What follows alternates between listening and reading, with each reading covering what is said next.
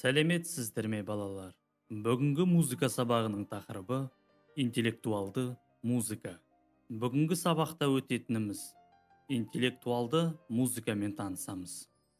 Абай Құнанбайұлының және Дәулеткерей Шығайұлының шығармашылығы туралы білеміз. Абай әндерін айтып үйренеміз. Дәулеткерей күйлерін тыңдаймыз. Сабағымыздың мақсаты тыңдаған музыкалық шығарманы талдау және өнердің түрлері, стилі және жанрларын, сонымен қатар өнердің өзге түрлерімен байланысын анықтау. Ауызша және жазбаша жұмыстарын орындау барысында музыкалық терминологияны пайдалану. Интеллектуалды музыка деп күрделі құрылымды, терең мағыналы, ойлы шығармаларды айтуға болады. Мұндай туындылар орындаушыдан асқан шеберлікті және тыңдаушыдан да мол түсінікті қажет етеді. Әр халықтың ғасырлар бойы қалыптасқан музыкасы және оны тыңдап бағалай алатын тыңдаушылары бар. Қазақтың ән күйлерінің ішінде философиялық терең ойға құрылған кемел туындылары баршылық. Оларды тыңдап түсіну үшін арнайы дайындық керек. Сонымен қатар, тыңдарманның ой өрісі, сана сезімі жоғары деңгейде болуы тиіс. Мысалы, Абайдың әндері мен Дәулеткерейдің күйлерін осындай шығармалар қатарына жатқызуға болады. Қазақ халқының мәдени, рухани әлемінде Абай Құнанбайұлының алатын орны ерекше. Абай қазақ әдебиетіндегі ұлы тұлға, маңдай алды ақын. Ол қазақтың жаңа реалистік әдебиетінің негізін салушы. Абай Құнанбайұлы 1845 жылы бұрынғы Семей облысы Абай ауданы Шыңғыстау өңірінде дүниеге келген. Бір басына сан қырлы өнер қонған Абай қазақтың музыка тілін абайлық стильмен байытқан, көптеген әндер тудырған жаңашыл композитор. Абай ақындығымен бірге музыка саласында мол мұра қалдырып, қазақ музыка өнерін дамытты. Биылғы жылы Абайдың 175 жылдығын ЮНЕСКО көлемінде аталынып өтті. Ендеше Абай Құнанбайұлының әні «Көзімнің қарасын» тыңдайық.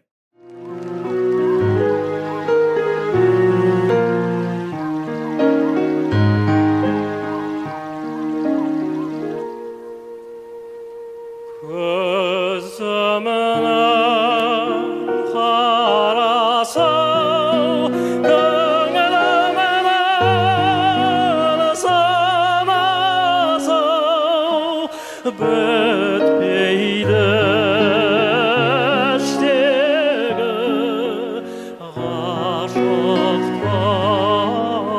жарасы, бітпейді іштегі ғашықтық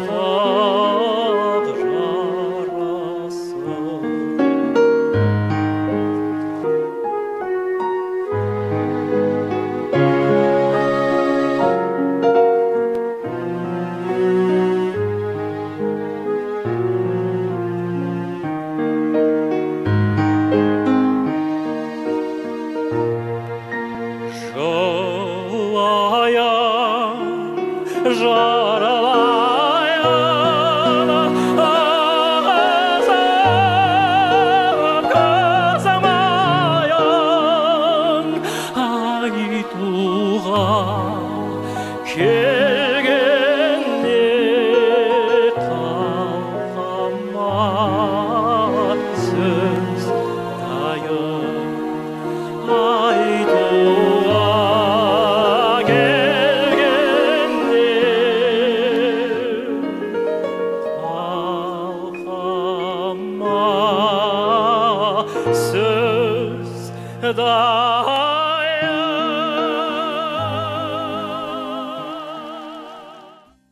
Абай Құнанбайұлының «Желсіз түнде жарғай», айттым сәлем қаламқас, қараңғы түнде тау қалқып, көзімнің қарасы, сегіз аяқ, тағы да басқа әндері бар.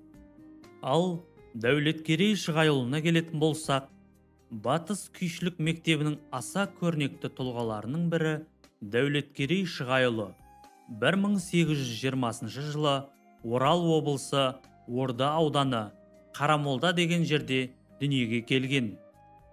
Қазақ халқының аспаптық күй өнерін дамытушы, ел аузында бапас күйші атанған. Домбыра тартуды жас кезінде Мүсірәлі деген күйшіден үйренген. Дәулеткерей бала кезінде молдадан оқып, мұсылманша хат таныған. Ресейде білім алып, кейін генерал дәрежесіне дейін жеткен хан Жәңгір Ордада балаларының орысша білім алуына да жағдай туғызыпты. Ендеше Дәулеткерей Шығайұлының күйі Қосалқаны тыңдап көрейік, балалар.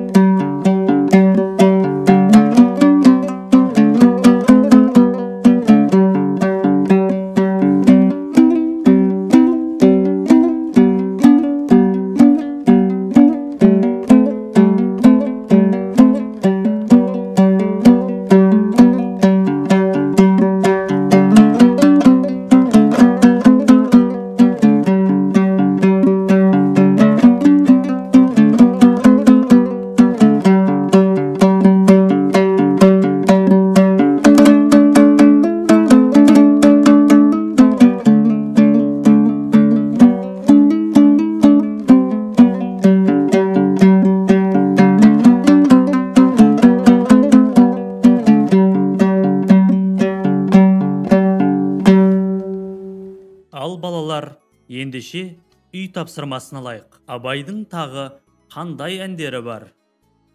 Абай жолы романын кім жазды? Дәулеткерейді ел арасында қалай атаған? Дәулеткерей қандай орындаушылық стиль қалыптастырды? Абайдың әндерін жеткізушілер жөнінде мәліметтер іздестір. Абайдың әнге байланысты шығарған өлеңдерін мәнерлеп оқы. Ал олай болса, сіздерден кері байланысты күтемін, балалар. Сау болыңыздар.